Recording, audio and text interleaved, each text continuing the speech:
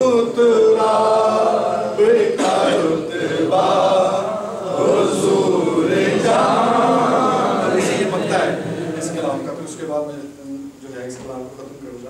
تعالیٰ آپ سب کو مدینہ شریف لے جائے. قرآن شریف آ رہا ہے, اس کلام کی برکت سے شاہ صاحب کی دعا سے شیر سنو بڑا زور.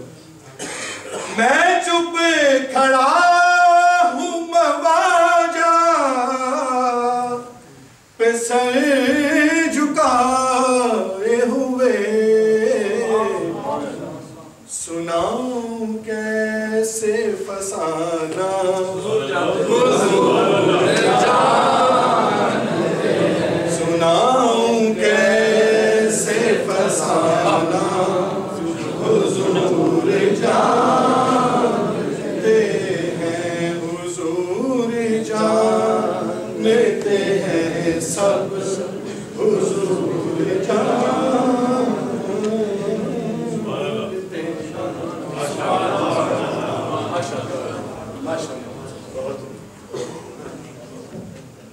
سبحان اللہ.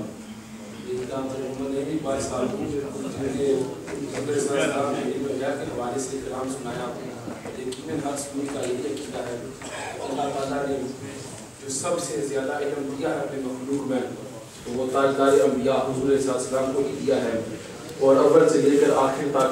جس کو علم ملا وہ سرکار کی ذات گرامی ہے. اللہ تعالیٰ ہم سب کو اسی عقیدے پر زندہ رکھے اور اسی عقیدے پر ہمیں موت عطا فرمائے.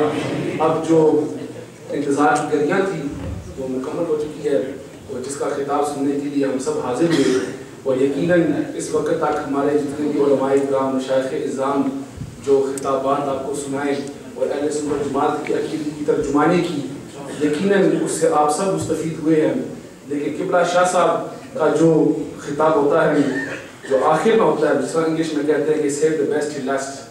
تو یقیناً جو شاہ صاحب اب خطاب فرمائیں گے اس خطاب کو سننے کے لیے آپ سب حضرات حاضر ہوئے ہیں. تو آپ اسی طرح شاہ صاحب کا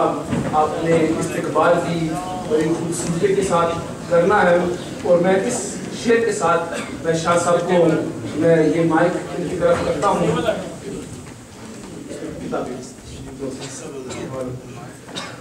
کہ شاہ صاحب جو ہمیں سبق سکھاتے ہیں سرکار کے 4 یاروں کے حوالے سے. اور ایک شاعر اس طرح لکھتا ہے کہ صدق کا تاجدار, صدق کا تاجدار سیدنا صدیق اکبر کے بارے میں.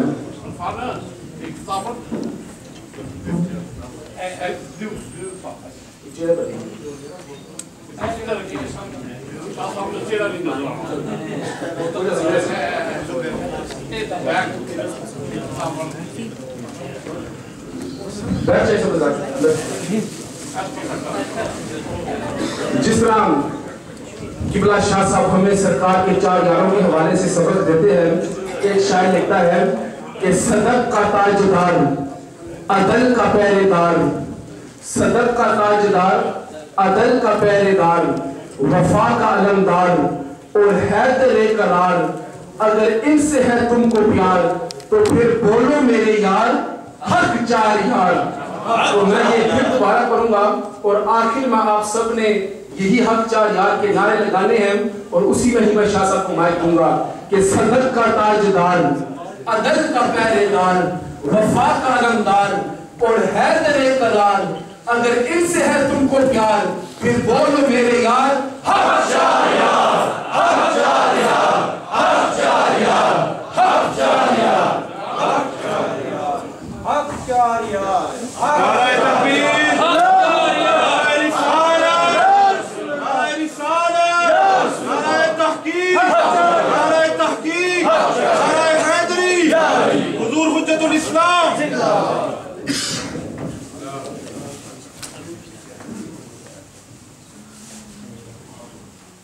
بسم اللہ الرحمن الرحیم. رب اشرح لي صدری ويسر لي امری واحلل عقدۃ من لسانی یفقهوا قولی. الحمدللہ الذی لا مانع لحکمہ ولا ناقض لقضائہ, والصلاة والسلام علی سید انبیائہ وسند اولیائہ واحباب المعارضین لأعدائہ. أما بعد فأعوذ بالله من الشيطان الرجيم بسم الله الرحمن الرحيم واصبر نفسك مع الذين يدعون ربهم بالغداة والعشي يريدون وجهه ولا تعد عيناك عنهم تريد زينة الحياة الدنيا ولا تطع من أغفلنا قلبه عن ذكرنا واتبع هواه وكان أمره فرطا. صدق الله العظيم. إن الله وملائكته يصلون على النبي يا أيها الذين آمنوا صلوا عليه وسلموا تسليما.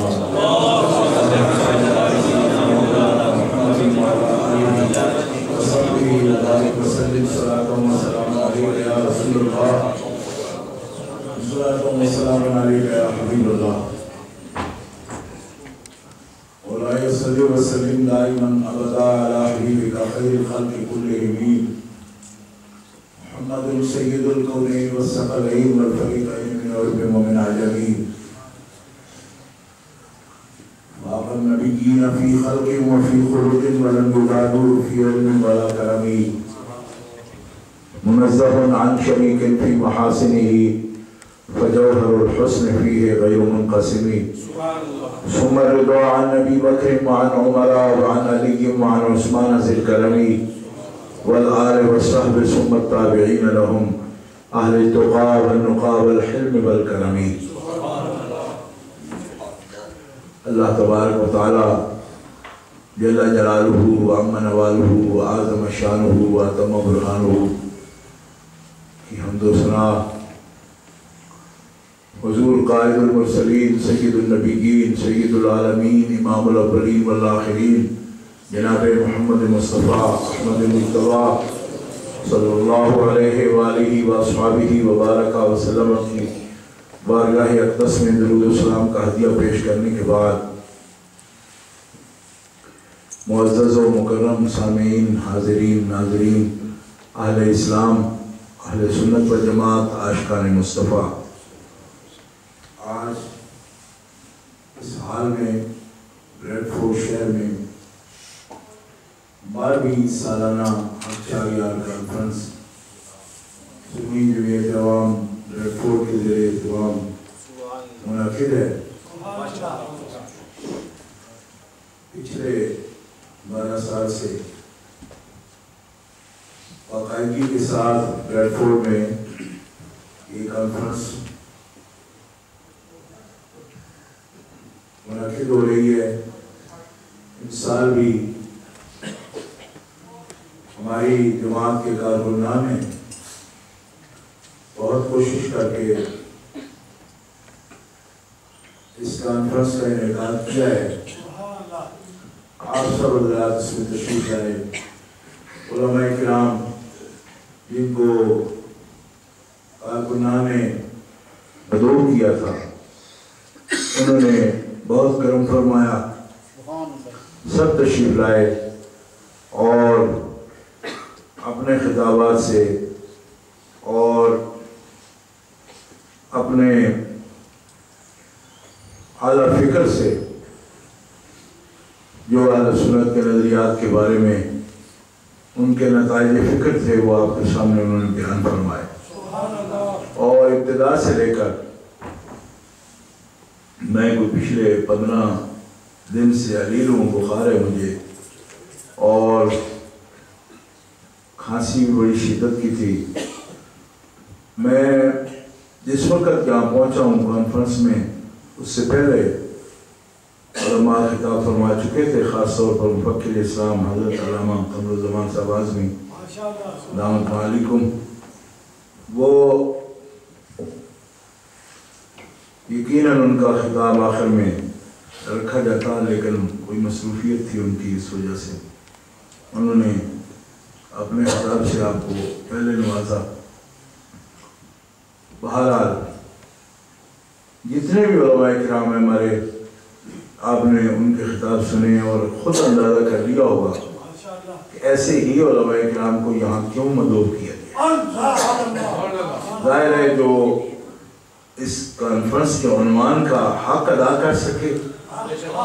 اسے ہی مدعو کرنا چاہیے۔ ان کے نظریات ہیں، ان کی مطالعہ، ان کا تحقیقات ہیں، اور ہمیں ان سب سے اتفاق ہے۔ انہوں نے بہت ہی خوبصورت انداز میں بیان کیا۔ سب سے پہلے میں اپنے کارکنان کا، اپنے دوستوں کا، جو یہ خوبصورت کانفرنس منعقد کرتے ہیں، آپ کو پتہ ہے کہ علماء کرام کے لیے، بیان کرنے والوں کے لیے اسٹیج بنانا اور اس کے انتظامات، لنگر شریف کا اہتمام کرنا، اشتہارات، جلسہ کوئی بھی ہوتا ہے تو اس کے پیچھے بہت بڑا کام ہوتا ہے۔ تو وہ لوگ جو یہ سب کام انجام دیتے ہیں ہماری طرف سے خصوصی شکریہ کے مستحق ہیں۔ آج کے سال جو سب کارکنان کام کرنے والے ہیں، ان میں ہمارے عزیز محمد عثمان اور صفی ماجد بہت بھاگ دوڑ کی انہوں نے۔ ہمارے محترم شوکت صاحب اور ان کے تمام رفقا، انہوں نے بھی بریڈ فورڈ میں، آپ کو پتہ ہے شروع سے وہی اہتمام کرتے ہیں، اور چودھری فضل حسین صاحب تشریف فرمائے، شروع سے ہی ہمارے وہ دست و بازو ہیں، ہمارے سرپرست ہیں، اور عمران چودھری صاحب جو ہمارے یہاں بیرسٹر ہیں اور لیبر پارٹی میں یہاں لیڈر ہیں، وہ بھی تشریف فرما رہے ہیں۔ ان کی خصوصی عزیزہ خاص اپنے رشتہ دار بیمار تھیں، اس لیے انہوں نے مجھ سے اجازت لی، لیکن آپ کے سامنے تقریباً 4-5 گھنٹے یہاں محفل میں موجود رہے ہو۔ میں ان سب حضرات کا شکریہ ادا کرتا ہوں، کیونکہ بریڈ فورڈ میں گزشتہ 12 سال سے آپ حضرات کے تعاون کے بغیر اور موجودگی کے بغیر یہ کانفرنس یقیناً پھیکی رہتی۔ اس میں جو رنگ ہے، اس میں بریڈ فورڈ کے لوگوں کا اپنا خصوصی حصہ ہے، میں ان کا شکریہ ادا کرتا ہوں۔ اس کے علاوہ ہمارے دوست احباب نے بھی کبھی سستی نہیں کی۔ آپ یقین فرمائیں کہ میرے سامنے ہمارے بٹ فورڈ سے دوست تشریف لائے۔ بٹ فورڈ کا آپ کو پتہ ہے بالکل لندن کے ساتھ ہے، یعنی لندن سے میرے خیال ہے کوئی 12 یا 15 میل صرف ادھر ہے، M1 پر میں جاتا رہتا ہوں۔ وہاں تک جب گاڑیاں جاتی ہیں نا تو ریڈیٹر ان کے پانی چھوڑنا شروع کر دیتے ہیں، تقریباً 3.5 گھنٹے لگتے ہیں۔ تو اس وقت تک اچھی گاڑیاں بھی ماں سوائے نعیم کی گاڑی کی، کیونکہ نعیم جو ہے سپورٹ گاڑی رکھتا ہے، جب کبھی اس کے ساتھ میں جاتا ہوں تو پھر یہ عواؤں سے باتیں کرتا رہتا ہے۔ باقی سب دوستوں کو اللہ تعالیٰ جیسی بھی گاڑیاں دی ہیں، 12-13 سال انہیں پر ہی بھاگتے رہے ہیں، چاہے وہ کسی کے پاس کرینا ہے یا کوئی چھوٹی گاڑی ہے۔ تو بہرحال ان سب کی محنتوں کو میں سلام کرتا ہوں۔ ہمیں تو انہوں نے کبھی بھی پیدل جانے نہیں دیا، ہمارے پاس گاڑی بھی نہیں تھی، تو ان کی یہ محنت ہے، جہاں تک بھی یہ پہنچاتے رہے، ہم جو کچھ ہمارے پاس تھا ہم پہنچاتے رہے، یہ ہمیں اٹھا کے لے جاتے۔ صحیح ہے۔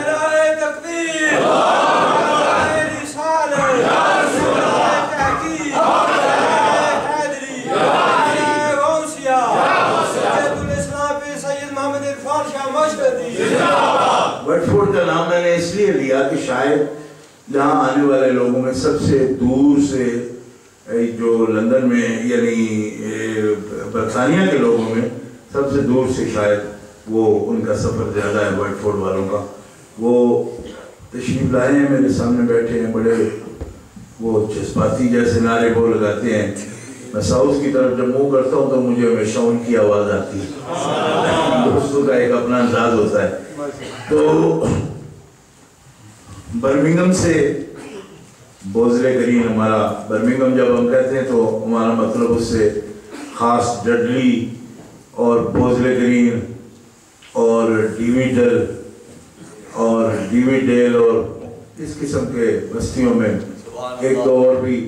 میرے نام اس وقت ذہن سے نکل رہا ہے۔ وہ جہاں حضرت کی مسجد ہے وہ اولڈ بری میں، وہاں بھی ہیں دوست اپنے، کرنڈے ایتھ میں بھی ہے۔ تو یہ جو احباب ہوتے ہیں ان کے سامنے رکھ کے ہم یہ بات کرتے ہیں آپ کے سامنے، وہ بھی یہاں سے کافی مسافت بنتی ہے۔ میرا خیال ہے بٹ فورڈ کے بعد اگر میں دور سمجھتا تو برمنگھم سے، کوئنٹری سے مولانا نبیل افضل کو آپ دیکھتے رہے ہیں، تو میں جس مجلس میں بھی کسی فوٹو گروپ میں کھڑا ہوتا ہوں تو مجھے مسئلہ نہیں ہوتا، کیوں کہ میں اتنا پھیلا ہوا ہوں، لمبا چوڑا ہوں، تو میں گھیر لیتا ہوں جگہ۔ مگر یہ اللہ نے مجھے ایسا نوجوان دیا ہے کہ اس کے ساتھ کھڑا ہو کر میں بھی اپنے آپ کو بڑا سماج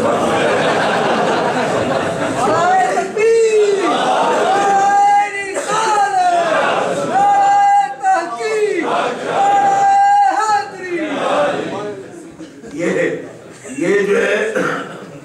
اللہ کے فضل و کرم سے اتنے پڑھے لکھے نوجوان ہیں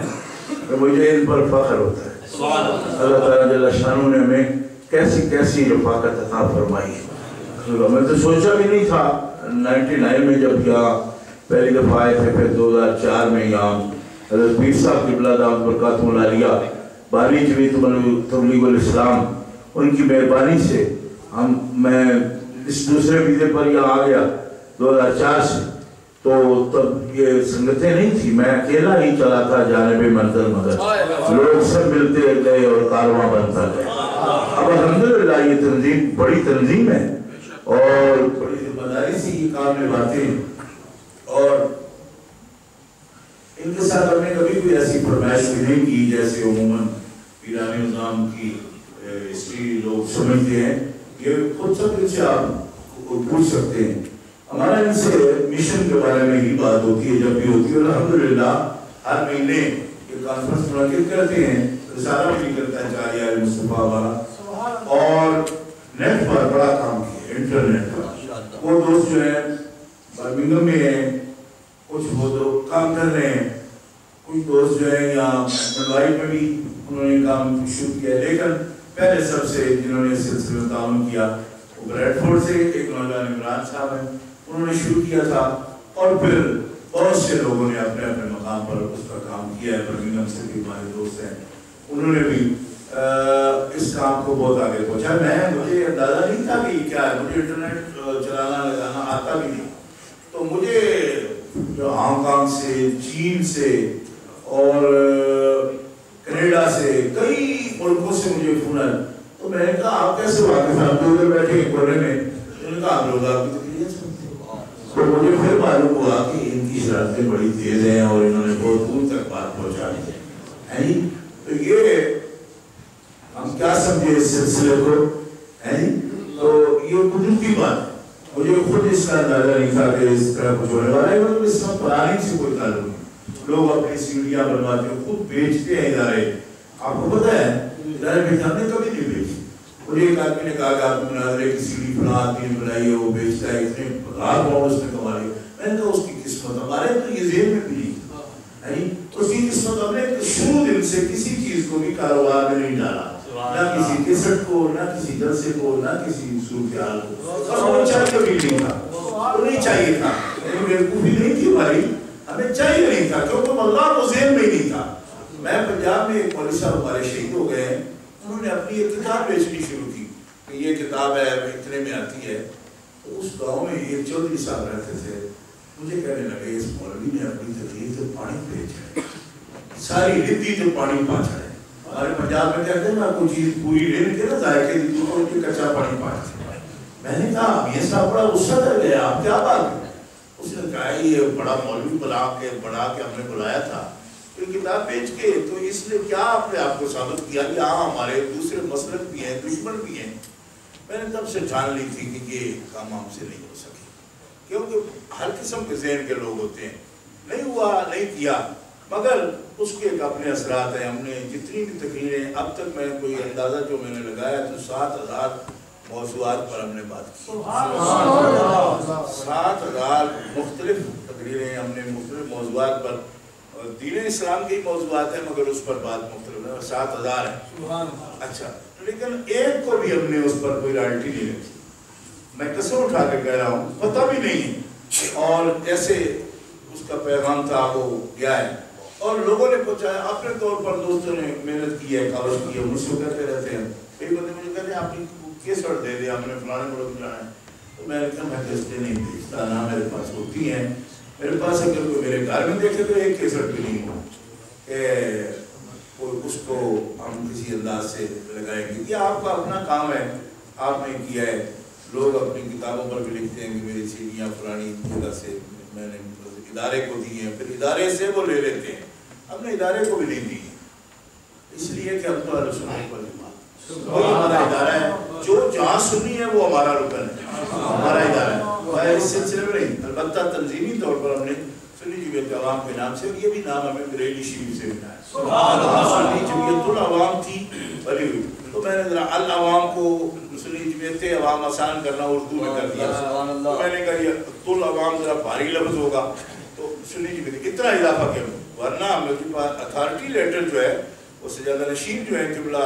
بریلی شریف کے, ان کا باقاعدہ اتھارٹی لیٹر ہے میرے پاس بول شدہ کہ سنی جمعیت عوام کا کام دنیا میں تم کر سکتے موجود ہے. ان کے اتھارٹی لیٹر کی بنیاد پر, اور اس کی جڑیں بھی بریلی شریف سے تنظیم ہم نے وہیں سے لی. دوستو کام جن دوستوں نے کیا ہے 12 سال سے کر رہے ہیں, کچھ دوستوں کی ہمتیں جواب بھی دے گی واقعی, اور دے بھی جاتی ہیں, ہمیں ان سے بھی گلا نہیں. کیوں؟ یہ کام رب نے لینا تھا, جتنا کسی سے لینا تھا, جہاں تک لینا تھا. کسی نے کہا میں ٹائم نہیں دے سکتا, کسی نے کہا ایسا نہیں ہو سکتا, ایسا نہیں ہو سکتا. میں نے کہا بھائی جیسے بھی کر سکتے ہو, میں تو کچھ کرتا ہوں, آپ کی جیسی مرضی ہے, جتنا چل سکتے ہو چلو, نہیں چل سکتے نہ چلو. ہمیں تو یہ بھی پتہ نہیں تھا کہ جو چل رہے ہیں وہ کس بنیاد پر چل رہے ہیں. تو اپنا عقیدے کی ہم آنگیے جن کے ساتھ وہ بات کر رہے ہیں, چل رہے ہیں الحمدللہ 12 سال. اچھا ہمارے نا پنجاب میں یہ مثال ہے, وہ 12 سالہ روڑی تے بھی رنگ لگ جاتے ہیں. پنجاب میں کہتے ہیں پتہ نہیں اس بات کی اصل کیا ہے, مجھے یہ سمجھ نہیں ہے, لیکن پنجاب میں ایک اخان ہے, جیسے کہتے ہیں نا اخان ہے پرانا, ہمارے پنجاب میں ایک اخان ہے, وہ 12 سالہ کی روڑی تے بھی رنگ لگ جاتے ہیں, کا مطلب ہے اس پہ بھی باہر آ جاتی ہے. تو اب یہ 12ویں کانفرنس ہے, 12ویں سالانہ کانفرنس ہے. آپ ذرا گردن اپنے اپنے پیچھے کر کے دیکھیں, کچھ باہر لگتی ہے آپ کو, حالانکہ یہ روڑی نہیں. نعرہ تکبیر, نعرہ رسالت, نعرہ تحقیق, نعرہ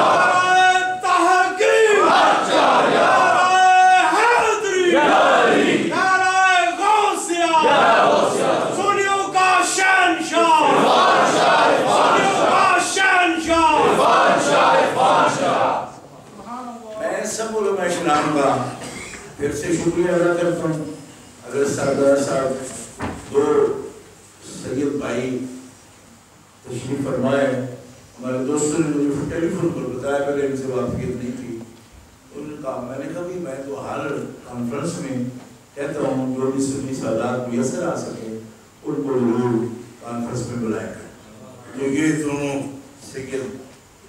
جو برمنگھم سے تشریف فرما ہوئے ہیں, سید دلیر شاہ صاحب اور ان کے چھوٹے بھائی دونوں سردار کرام ہمارے دائم آئے, اور پچھلے سال بھی ایک سید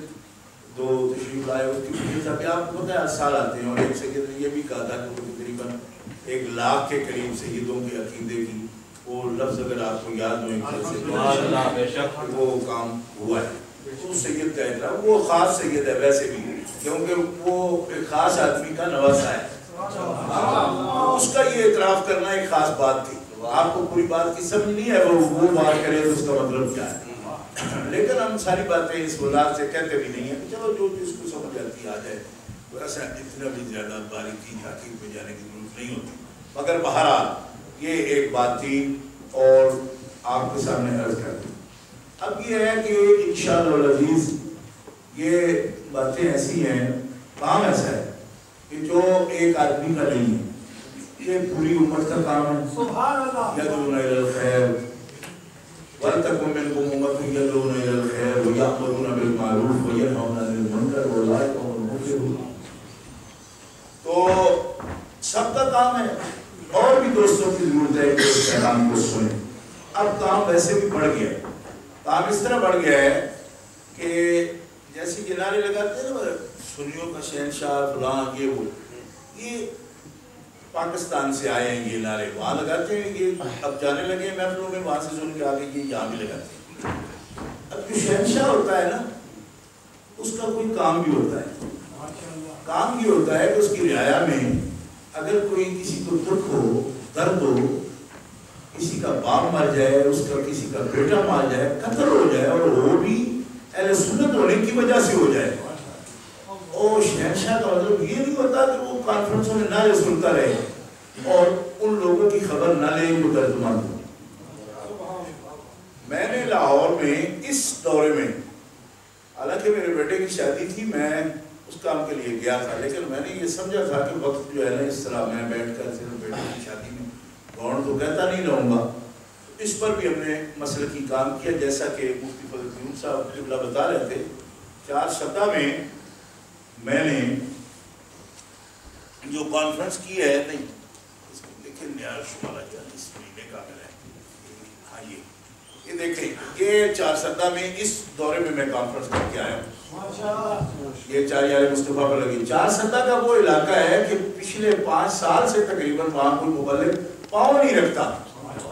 کیونکہ وہ سمجھتے ہیں کہ ادھر جو صبح سے رات میں تو وہ کوئی، میں نے کہا پاؤں نہیں رکھیں گے سر بھی لے جائیں گے وہاں۔ آپ اس کانفرنس کو دیکھ سکتے ہیں، یہ 4 سطح پشاور سے صرف 20 میل کے فاصلے پر ہے،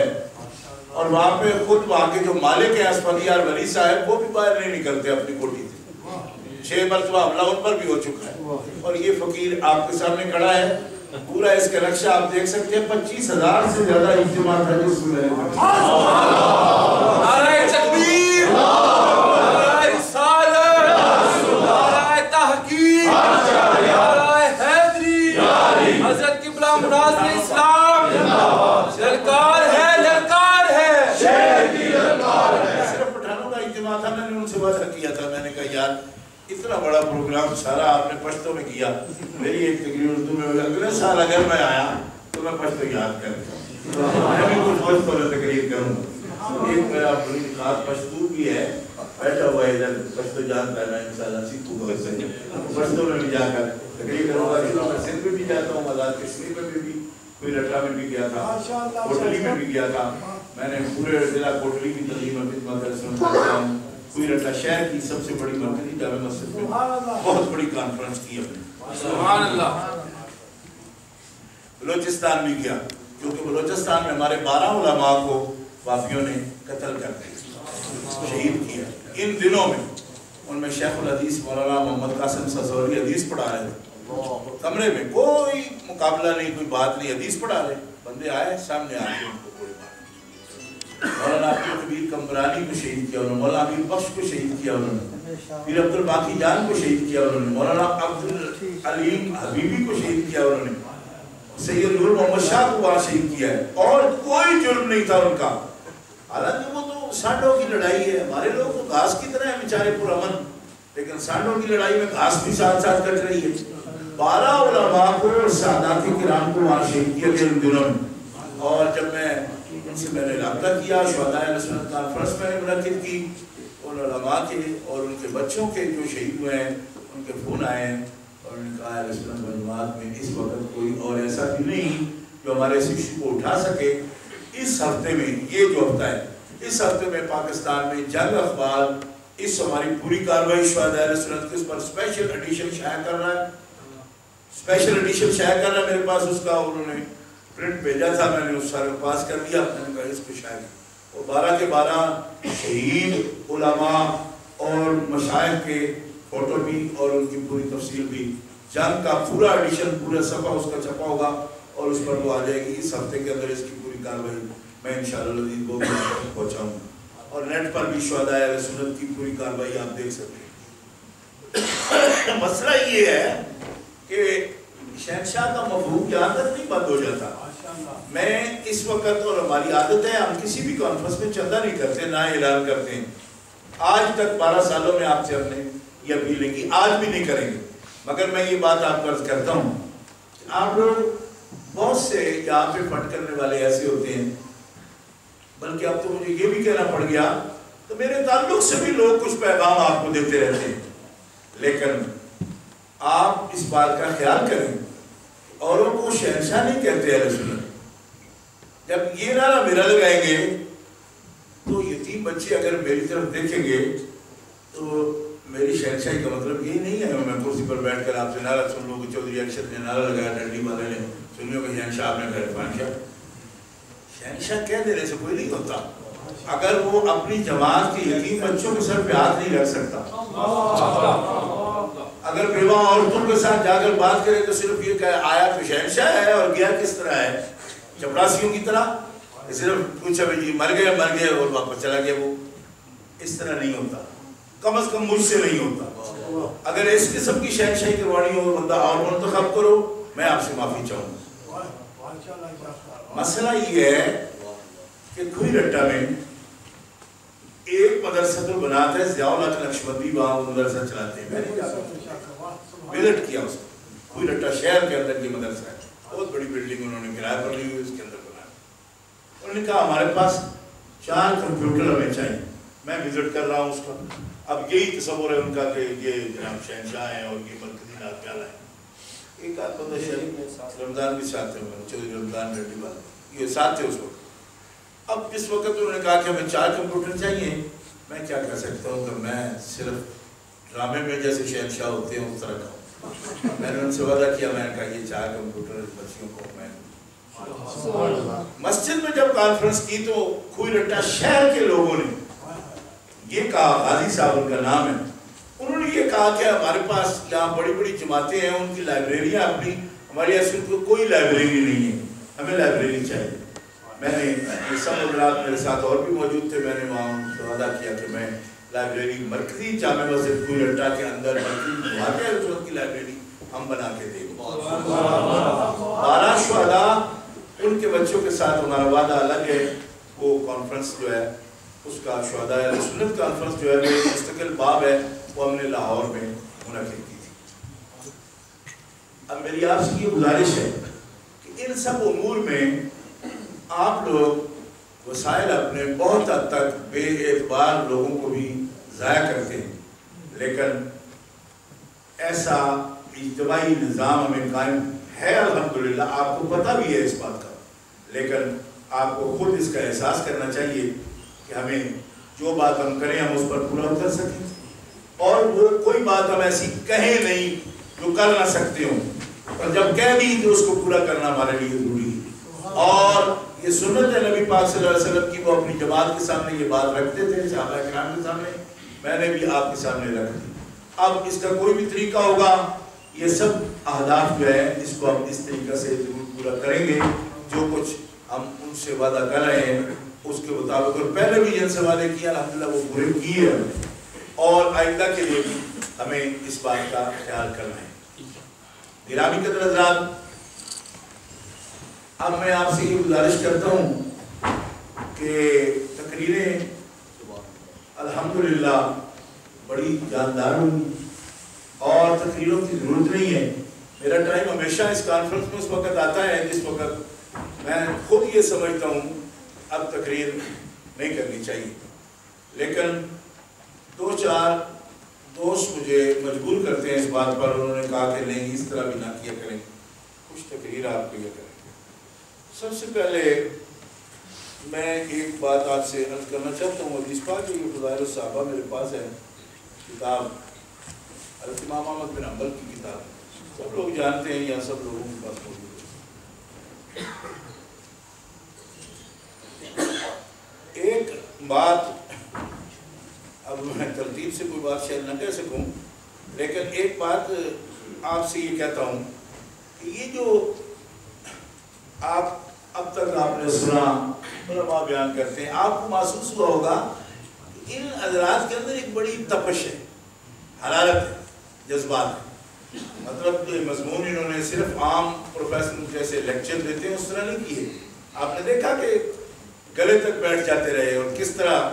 پورے جذبات کے ساتھ لوگوں نے بات کی, اور بات ہوتی وہ ہے جو دل سے ہوتی ہے. سبحان اللہ. ایسے پیغام کوئی ایکٹ کرنا اور اس کو پیش کر دینا جیسے کوئی اداکار ہوتا ہے, تو وہ مقصد نہیں. یہ کیوں ہے, ایسا کیوں ہے؟ تو یہ حدیث پاک کی کتاب میرے پاس ہے, عطا ابن ابی رباح روایت کرتے ہیں کہ نبی کریم صلی اللہ تعالیٰ علیہ وسلم نے فرمایا، قالا ابن ابی رباح فرماتے ہیں، قال رسول اللہ صلی اللہ علیہ وسلم من حافظنی فی اصحابی قلت له یوم القیامت حافظا ومن سب اصحابی فعلیہ لعنۃ اللہ۔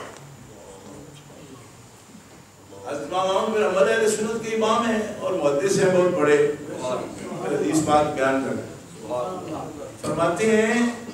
پوری سند کے ساتھ کہ نبی کریم علیہ السلام نے فرمایا، جو شخص میرے واسطے، اب لفظ توجہ سے سنو گے، فرماتے ہیں جو شخص میرے واسطے میرے صحابہ کی عزت کی محافظت کرے، تحفظ کرے مقام صحابہ کا، میرے واسطے کرے، کیونکہ وہ میرے صحابہ ہیں نا، حضور کے صحابہ سمجھ کے ان کی شان کی حفاظت کرتا ہے۔ نبی علیہ السلام فرماتے ہیں قلت له یوم القیامت حافظا، ہر وہ بندہ جس نے میرے یاروں کی، میرے صاحب کی عزت کے لیے دنیا میں کام کیا، قیامت کے دن میں محمد رسول اللہ اس کا محافظ بنوں گا۔ نعرہ تکبیر، نعرہ رسالت، یا رسول اللہ، صحابہ کرام زندہ باد، شان صدیق کرام زندہ باد۔ غور سے کہو سبحان اللہ، سبحان اللہ، سبحان اللہ۔ آپ اتنی دیر سے بیٹھے ہیں، ہر بندے کا ایک خیال ہوگا میں بڑی قربانی کی، لیکن یہ شیفیلڈ سے بھی آئے لوگ، ایکمن بائک سے بھی لوگ آئے ہیں، ڈیوزبری سے بھی آئے ہیں، نیو کیسل سے بھی آئے ہیں، سب لوگ ہیں، مگر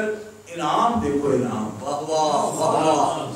کی نظر اپنی قربانی پر ہوگی۔ یہ کتنی باتیں سنی آپ نے حضرت ابوبکر صدیق کے بارے میں، حضور نے فرمایا، حدیثیں سنی آپ نے کہ نبی پاک نے مجھے کسی کے مال نے نفع نہیں دیا،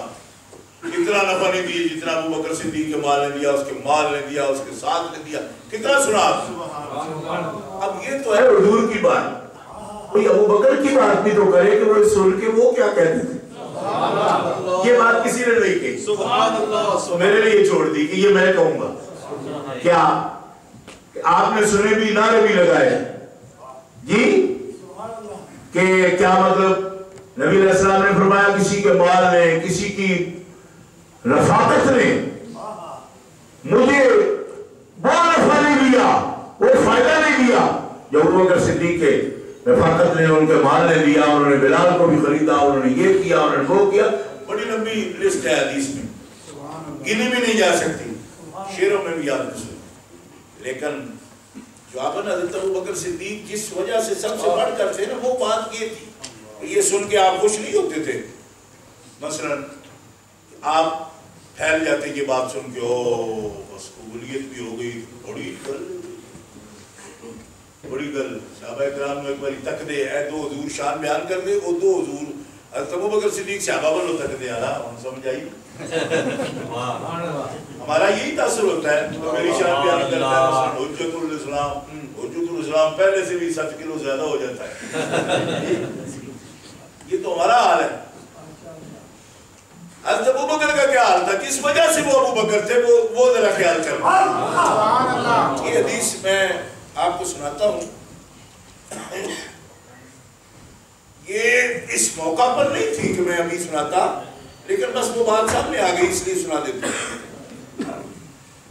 فرماتے ہیں کہ نبی کریم صلی اللہ تعالیٰ علیہ وسلم نے فرمایا، حضرت ابو ہریرہ کی روایت ہے،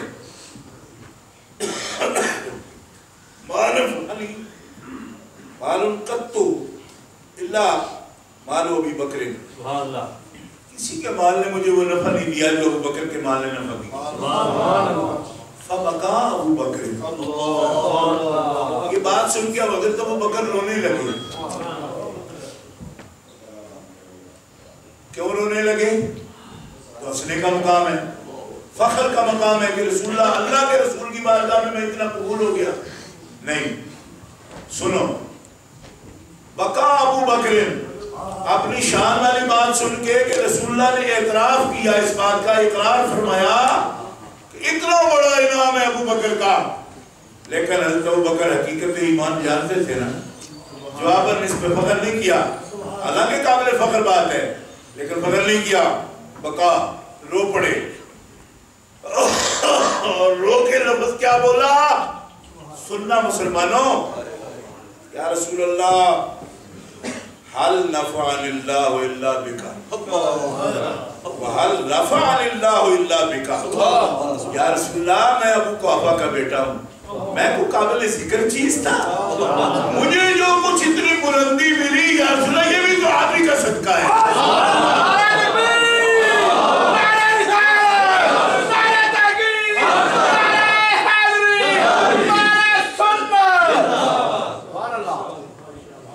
یا رسول اللہ ہم تو بڑے خسارے میں تھے، حل نفعن اللہ الا بکا، ہم نے آپ کی ذات کے سوا دنیا میں کوئی نفع نہیں اٹھایا، سب نفع آپ سے ملے، ہم نے کیا نفع دینا تھا؟ یا رسول اللہ ہمارا کچھ نہیں ہے، کہ سب کچھ آپ کا ہے، نفع بھی آپ کے اور رفتیں بھی آپ کی، آپ کے قدموں سے رکھ کر آج ہم نے بڑے ہو گئے۔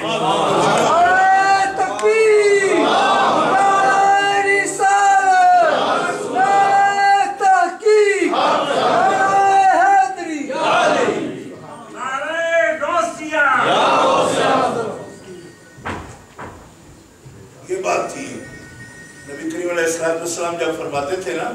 ابو بکر نے بلال کو خریدا، ابو بکر نے وہ سواریاں بھی خریدی جن پہ میں نے ہجرت کی، ابو بکر نے مسجد بھی خریدی، پہلی مسجد کی جو جگہ تھی وہ بھی خرید لی، حضرت ابو بکر صدیق نے جا کر ان یتیم بچوں سے بات کی تھی جو مسجد نبی والی زمین تھی، نبی پاک نے ذکر کیا حضرت ابو بکر صدیق اس وقت بھی روئے، پوچھا بھئی آپ روتے کیوں ہو؟ فرمایا میں ابھی تھوڑی سی غیریت محسوس کرتا ہوں، دوئی محسوس کرتا ہوں۔ فرمایا وہ کون سی؟ میں آپ نے یہ جو فرمایا کہ ابو بکر نے خریدا، ابو بکر کا اپنا کچھ ہے؟ یہ بات جب ختم ہو جائے گی کہ آپ یہ نہیں فرمائیں گے کہ ابو بکر نے خریدا، ابو بکر نے کچھ نہیں خریدا، وہ تو آپ کا غلام بیٹا ہے۔ اور پھر میرے پاس یہ حدیث امام احمد بن حنبل کی عربی کی کتاب ہے، میں 10 روایتیں اس میں سے پیش کر سکتا ہوں۔ نبی کریم صلی اللہ علیہ وسلم نے واقعی وہ بات ختم کر دی، اور کسی سے چاہے وہ حضرت عمر ہو، عثمان ہو، مولا علی ہو، یہ نام لینے پڑتے ہیں ورنہ تقابل نہیں ہے۔ 1.25 لاکھ صحابہ میں سے کسی آدمی کے مال میں نبی پاک تصرف اس طرح نہیں فرماتے تھے جس طرح ابو بکر صدیق۔ 2 باتیں لکھی امام احمد نے، فرمایا ایک تو کسی کے گھر میں اس طرح آپ داخل نہیں ہوتے تھے جیسے ابو بکر صدیق کے گھر میں داخل ہوتے، اب آپ سمجھیے خود کے کتنی بے تکلفی تھی۔ فرمایا 2 باتوں میں ہم نے دیکھا، جیسے ابو بکر صدیق کے مال میں حضور تصرف کرتے تھے، تصرف فرماتے تھے، ایسا کسی کے مال میں تصرف نہیں کیا۔ کیوں؟ کہ سب سے یہ کہا کہ ایسا کر لو ایسا کر لو، ابو بکر صدیق جب آتے تھے تو ان کی جیب میں ہاتھ بھی ڈالے، اور یہ کہہ رکھا تھا حضرت ابو بکر صدیق نے کہ اس دن میں غلام سمجھوں گا اپنے آپ کو آپ کا صحیح، کہ جب آپ مجھ سے پوچھیں گے نہیں۔ اور یہ صحیح حدیث کر رہا ہوں، یہ کسی صحابی کو کسی کو بھی یہ مقام حاصل نہیں تھا کہ اس کے مال میں پھر پوچھے اور تم تصرف کر، صرف ابو بکر صدیق ہے، پھر پوچھے تصرف فرماتے حضور، خود تصرف فرماتے حضور ان کے مال میں۔ اور یہ مقام بہت مشکل ہوتا ہے، بیٹا بھی کسی باپ کے جیب میں بھی ہاتھ ڈال دے تو وہ باپ بھی یہ سمجھتا ہے کہ ہمیں 2-3 پاؤنڈ تے کٹ لوے تو ٹھیک ہے،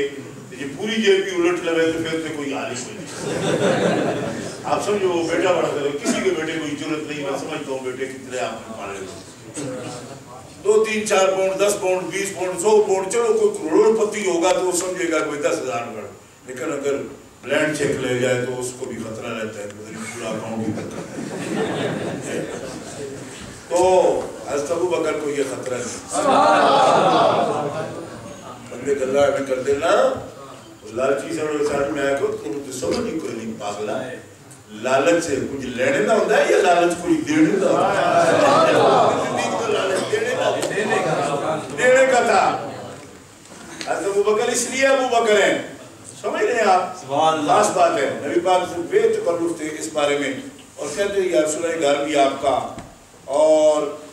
تحفظ ان کی شان کے لیے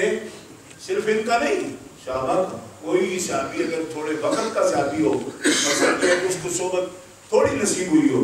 اس کی عزت کی حفاظت کے لیے بھی جو بڑا ہوتا ہے، حضور فرماتے ہیں میں قیامت کے دن اس کی عزت کا ضامن ہوں، میں حفاظت کروں گا اس کی، اور جو میرے صحابہ کی عزت نہیں کرے گا اس پر اللہ کی لعنت۔ اسی حدیث کا حصہ ہے جو ابھی میں آپ کے سامنے پیش کر چکا ہوں۔ ایک حدیث بات تھوڑی سی اور عرض کر دوں، میں نے ایک نشان رکھا تھا کہ اس کو بھی پیش کروں گا آپ کے سامنے، اور اس میں سے آپ اندازہ کر لیں گے کیونکہ باتیں سب آپ سن چکے ہیں، اس سے شاید اندازہ لگائیں آپ کہ نعرہ تکبیر، نعرہ رسالت، یا رسول اللہ، تحقیق، شان صدیق زندہ باد، شان مصطفیٰ زندہ باد، عظمت مصطفیٰ زندہ باد، شان صدیق زندہ باد، نعرہ تحقیق۔ سعید بن زید رضی اللہ تعالیٰ عنہ جو ہے ان کی یہ روایت ہے۔ سعید بن زید کو آپ جانتے ہیں؟ عشرہ مبشرین میں سے ہے، سعید بن زید عشرہ مبشرہ میں سے بلکہ عشرہ مبشرہ والی روایت ہی آپ کی ہے، اپنا نام آخر میں نہیں لیتے تھے، 9 گنوا کے کہتے تھے وہ 10واں بھی اکائی، صحابہ کو کہتے تھے انتا یا بلاور تم ہو 10ویں، اور یہ سعید بن زید وہی بندہ ہے جو بہنوئی ہے حضرت عمر فاروق کا، اور حضرت عمر فاروق سے پہلے ایمان لا چکے تھے۔ آپ کو پتہ ہے نا وہ جس بہنوئی کو مارا تھا حضرت عمر نے جانا، وہ یہی ہے بندہ۔ ان کے گھر میں بیعت کی حضرت عمر فاروق، بڑی مار کھائی انہوں نے حضرت عمر سے، بڑے بھی کھائی اس مسئلے پر کہ تو اس کو سکھاتا ہے یہ تو لگے جڑے بھی سکھاتا ہے بس تیرا کام ہو گیا ہے، کیوں کہ حضور نے دعا کر دیا اب جانا پڑے گا تمہیں، مال کی طرح مال نہ مال۔ یہ سعید بن زید ہے۔ اچھا، سعید بن زید روایت کرتے ہیں، فرماتے ہیں لَمَشْهَدٌ شَهِدَهُ الرَّجُلُ مِنْهُمْ يَوْمًا وَاحِدًا فِي سَبِيلِ اللَّهِ مَعَ رَسُولِ اللَّهِ اغْبَرَّ فِيهِ وَجْهُهُ أَفْضَلُ مِنْ عَمَلِ أَحَدِكُمْ وَلَوْ عُمِّرَ عُمَرَ نُوحٍ۔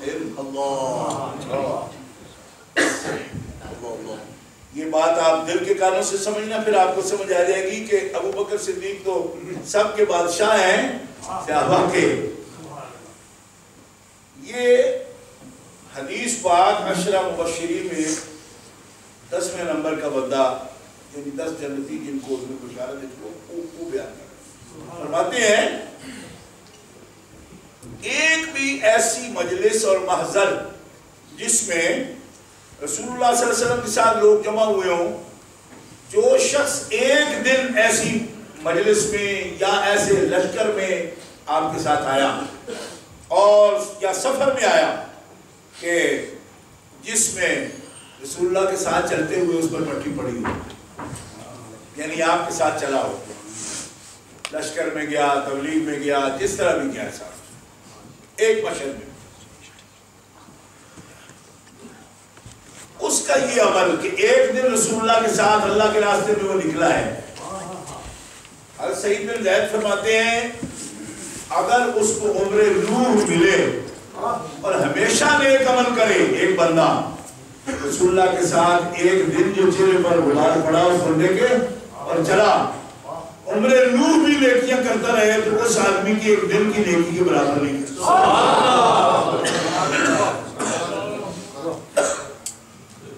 بات سمجھ آئی آپ کو؟ یہ حضرت ابوبکر صدیق کی بات نہیں ہے، ایک دن بھی جو حضور کے ساتھ رہا ہے اس کی شان ہے۔ ابوبکر صدیق تو 23 سال میں کوئی دن بھی ایسا نہیں جب ساتھ نہ رہے، بلکہ 23 سال کی بات کی ہے۔ وہ تو جب جناب ابو طالب ان کو لے کر شام جا رہے تھے تب بھی جب اس نے کہا سا راہب نے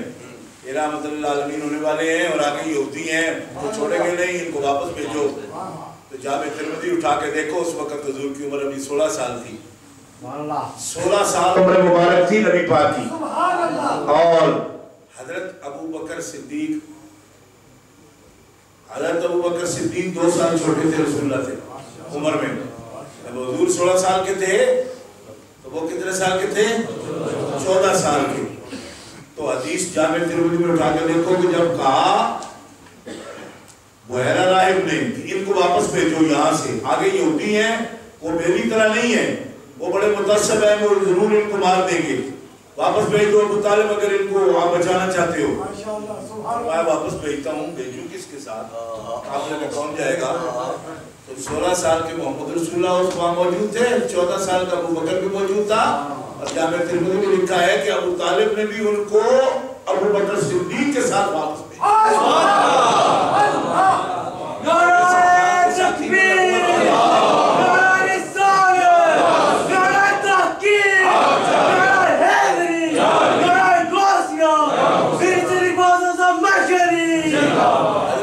صدیق 40 سال نبوت کے اعلان کے بعد کے سنگی نہیں ہے، یہ حدیث میں ثبوت موجود ہے کہ وہ 14 سال میں بھی حضور کے ساتھ،